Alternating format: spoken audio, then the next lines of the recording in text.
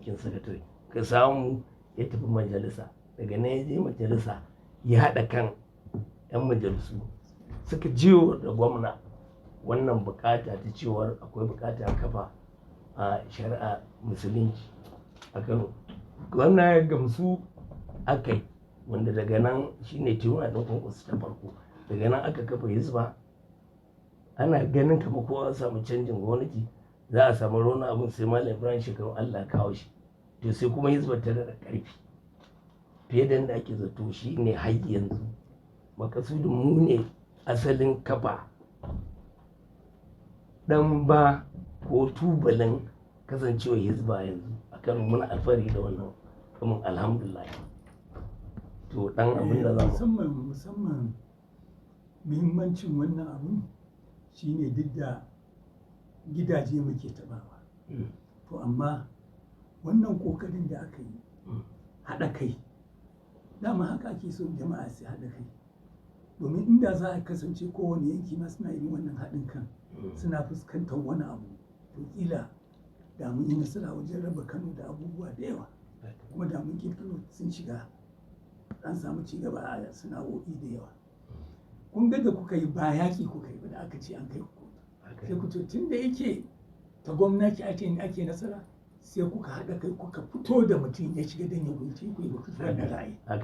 To da za a samu a wannan yanayi da ake tafiya, mutanen ɓangarori da yawa za su irin wannan kuma su yi kishin tabbatar da wata bukata da suke so su kuma su fito da wanda zai abu, ba za mu shiga matsala ba. Kusan ku da haka suke yi.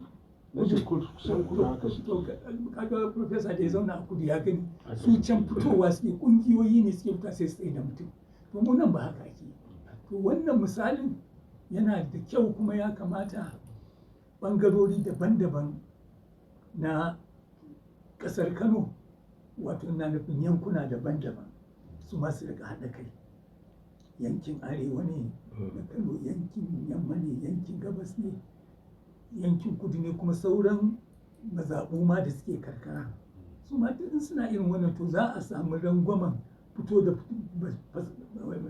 ake cewa bara gurbi ya shugabanta, wanda maimakon a samu nasara sai dai kun ga an zama tantar batete, kuma mu zama ba mu da manufa ke. To bari mu ƙara a satin da ya wuce a yi sakatare ya fara bayani wasu unguwanni. Hashin za mu shigo cikin bayanin da shi. Assalamu alaikum.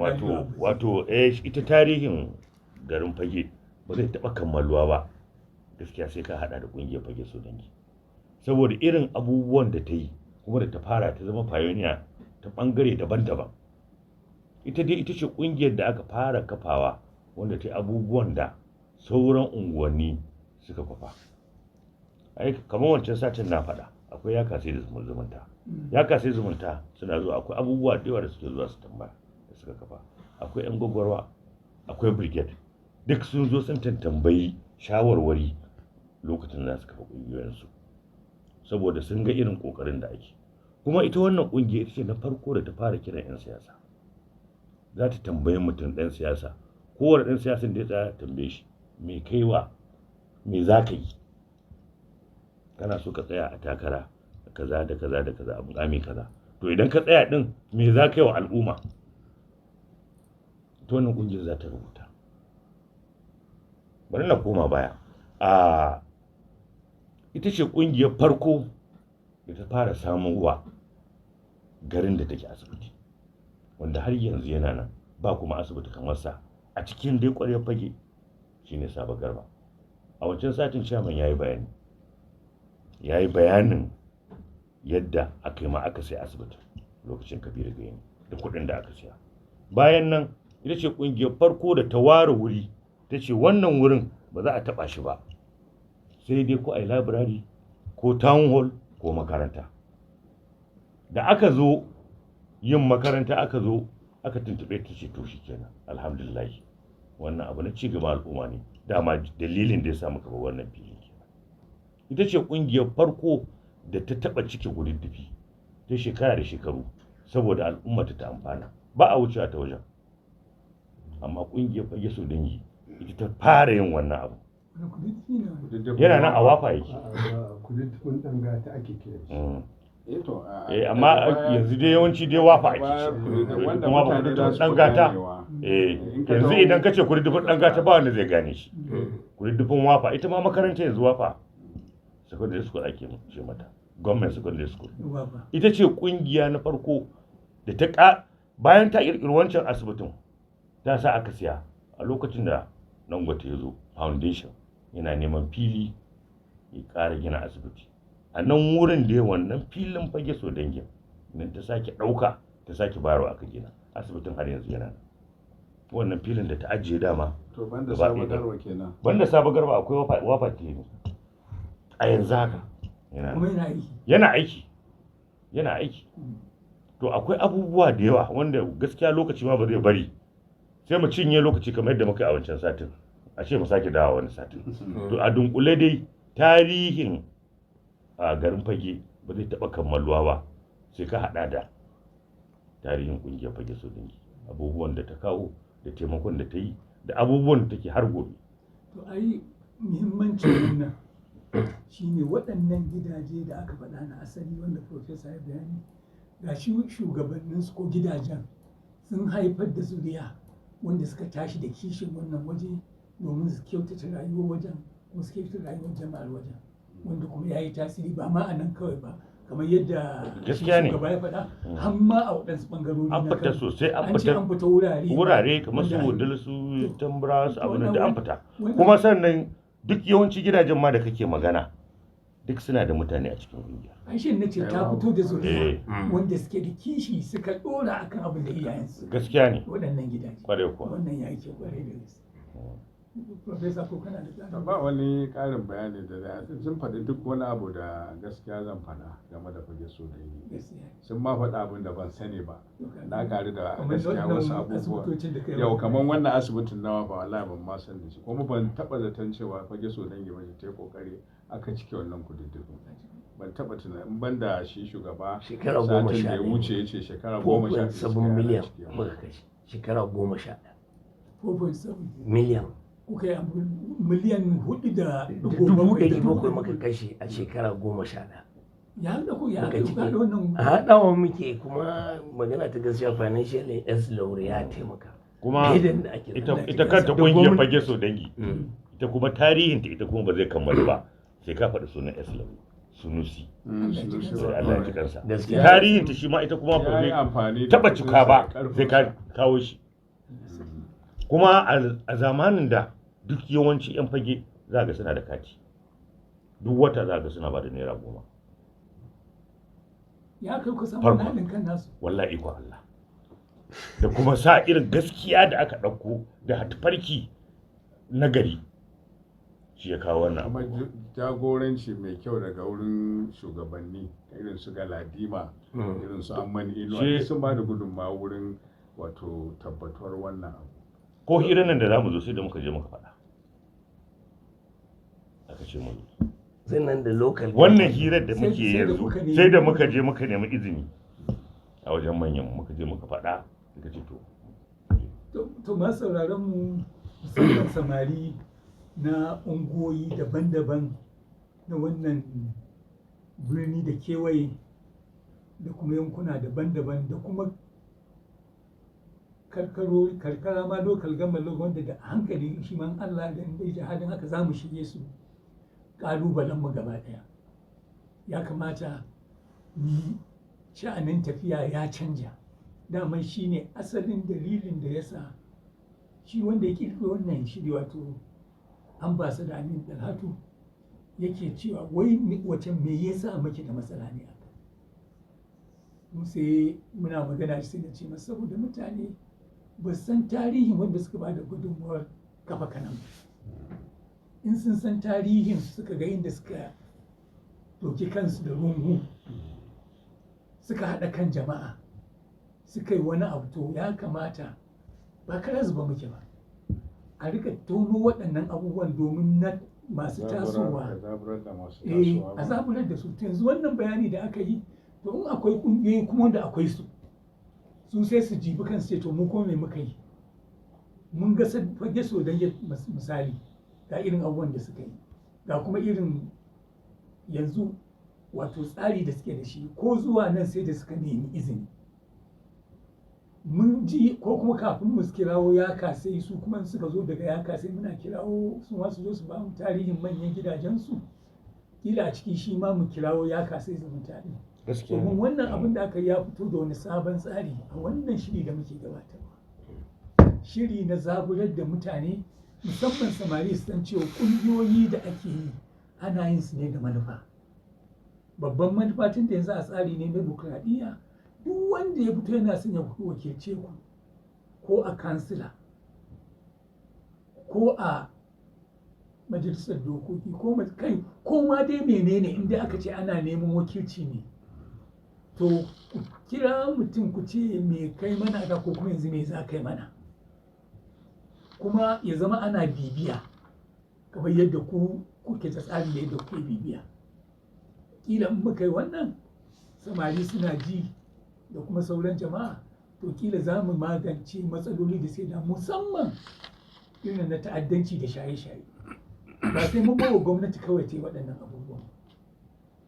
Tun da yanzu ba abin da za mu kara sai mu koma mu fara da gidan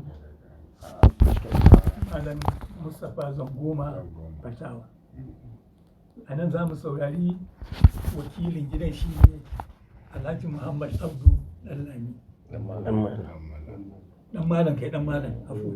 Assalamu alaikum wa rahmatullahi ta'ala wa barakatuh. Kafin kai fara magana, na ga ya zo da tun littattafai abinda muke yawa muna son mu tarihin gidan a takaice da sana'ar gidan da yadda ta faɗaɗa.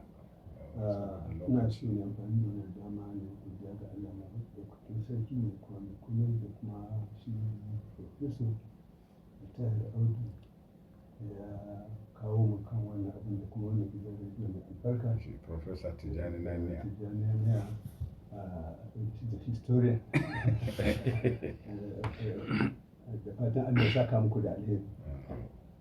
Ina so ne amfani da wannan dama da sanar da wannan jadawali cewa idan har za a samu cikakken tarihin wannan gida sai an kasa shi kashi uku, saboda kamar inda fage take inda aka yanka ta da kuma inda tarihin gidan da abin da gidan yake da shi a kafin wanda har yanzu a wannan karin Allah ya tabbatar da shi ake ci gaba da shi. Shi ne na farko shi wannan ɗan tahaliki da Allah ya raya shi a wannan unguwa ta mai albarka, Alhaji Mustapha Muhammad Zangoma Fatawa.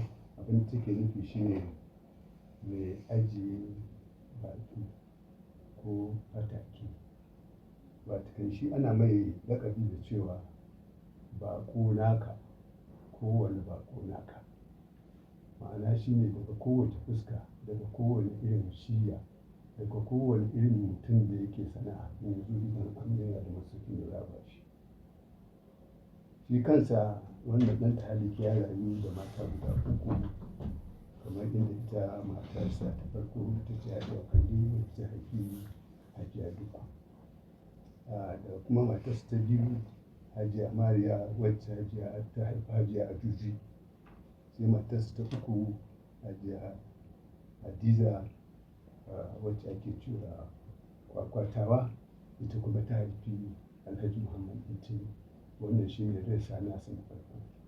To shi wannan ɗan tahaliki a rayuwarsa ta fage dogon rayuwa ce, wacce idan muka ɗauko kamar shi kansa rayuwar mahaifinmu da shi kuma rayuwarsa za mu ga kamar kusan shekara 180 da ta wuce a baya.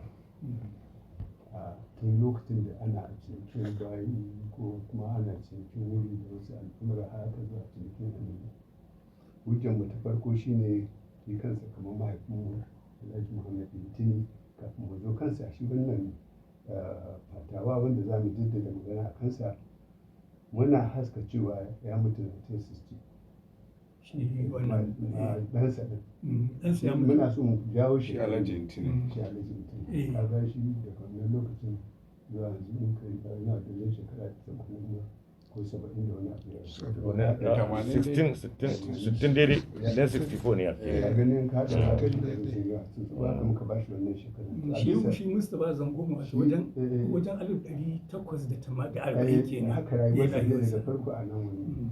To abin da ya fi yi shi ne daga kowace irin sana'a mutum ya zo da shi gidansa kashi uku. Da farko ana shiga aka yi ajiye kamar yadda muka samu, kuma aka kawo fasalin wannan gida na biyu da yake magana. Wajen baki ake yi da ɗakuna da toilet. Na biyu ko sai wajen ajiye mata baki. Na uku sai kuma shi matan su yi masu wani shi ne tsarin gidansa. Idan mutum ya zo da sana'a zai faɗi sana'a, zai fita talla ya zo ya sai da har ya tafi. Wani lokacin su kan kawo kuɗi, wani ya kawo kuɗi ajiye kuɗinsa kaza ya tashi. Wasu kan kawo su ajiye domin a lokacin kusan canje-canje ake sana'a, ya ɗauki wannan abin kuma ya gaba da shi, ya dawo an shi kuɗinsa ya koma garin su. To Allah ya arzuta shi da mutane daga fuska-fuska, kabilu, bare-bari, Fulani, har da Nufawa. Duk mun tadda burbushinsu wa'anda shi asalinsu daga ina yake? Shi daga barbari ne.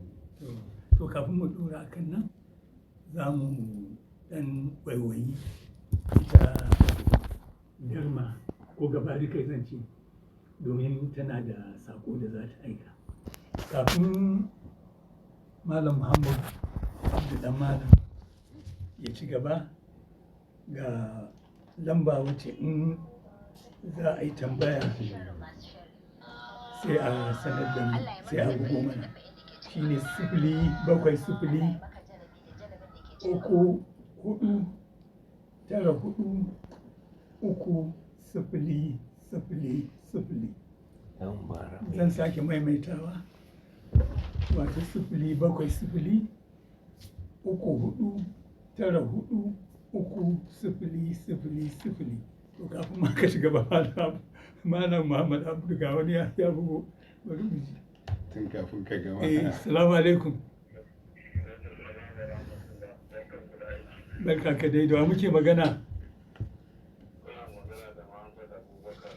To Malam Muhammad Abubakar. Alhamdulillah. Na san gudunmawar da suka bayar a ci gaban fage ta hanyar fage sosai. Alhamdulillah. Kuma da damar sulin fage sosai ta yi shura a wasu lokacin. Shurar da ta yi har ta ba wasu anguwanni sha'awa su ma suka kafa shigan ko irinta. Amma maimakon bayan su ɗan da bauri Allah ya karbe su, waɗanda suka hau tun da juyin mata wannan ya hau, wannan ya sauka, wannan ya hau ya sauka. Siyasa ta zo ta so ta rarraba kan 'yan ƙungiyar waɗanda suke da ƙwazo a ciki. Siyasa ta so ta yi tasiri, kuma har yanzu ma ta yi tasiri. Wani lokacin da muke gaya muka shekara 10 baya, har yanzu fage so dangi ba a sake zaɓe na shugabanni ba. Ba na mantawa taron da aka yi na fage so dangi shi ne a rural Tropicana. Yau ya fi shekara 10. Babu wata constitution ta kungiya da za a wuce shugabanni ta haura shekara 5 ko 6. Sai dai in an sake zaɓar su ne wanda ba za su baya haka ba da dalilan ba ne. Amma da za mu su sun ba da gudunmawa, alhamdulillah. To illan da aka bari siyasa ta yi, wasu manya suka rarrabu, ita ta karya karfashin fage so dangi da kuma rashin zaɓe. Waɗannan abu biyu su suka yi tasiri wajen kai ko kuma takwasa kai fage so dangi kasa. To amma ina faɗa ne don a gyara, wanda suke ji na sun san me nake nufi. Salamu alaikum. Wannan abu ne na gida, sai abu wa yan gida su koma sai su kaza koma. Wannan shawarar taka an mun kaga kwarai kuma sun ji. To ga wani Malam Muhammad Abu, sai dai mu tsaya mu ji. Assalamu alaikum. Wa alaikum salam. Da wa muke magana? To, dan Juma. Bismillah. Na manyan baki, barka da zuwa wannan fili mai albarka. Amin. Sannu. Wato yadda suka bada hada, Eh. jama'a sun kuma wannan maganar asibiti da aka yi na wafa da cike kudin jibi to shi ma dan majalisa ne yanzu ya ba da gudunmawa kuma fage so da yi kiran da muke ya kamata a ce sauran unguwanni su dage a kan ƙungiyoyi domin yanzu unguwanni ha suna nema su zama abin da suka zama a nan jihar Kano. Kano cibiyar kasuwanci ce. Ya kamata a ce ana samun ladabi da biyayya manya suna faɗa ana ji. Yanzu halin da ake ciki yanzu ya kamata unguwanni su dace kuma manya su ba ƙungiyoyi haɗin kai. Domin idan ƙungiyoyi ba sa samun haɗin kai to taken da ake wa Kano ita ce arewacin Najeriya. Ya kamata a dage a ba ƙungiyoyi haɗin kai. Na san mahukunta yanzu suna cina. Wani lokaci manya ɗan uwanmu 'yan siyasa suna amfani da matasa ta hanyoyin da bai dace ba. To irin ƙungiyar fage so da idan ba a ba ta haɗin kai ba to gaskiya akwai matsala. Saboda haka muna wa shugabanni fatan alkhairi da fatan za a zauna duk matsalolin da suke cikin ƙungiya a gyara.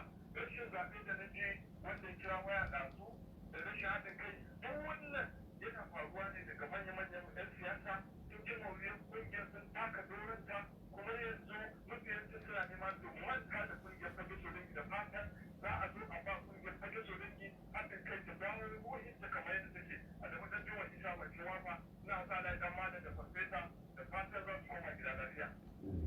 madalla malam to wannan Muhammad Abdul sai a ci gaba. Alhamdulillah kamar inda na yi jawabi sunansa ga wani ya sake gowa. Yana da su fito. Assalamu alaikum. Wa alaikum assalam. Mai magana awal ya kasai.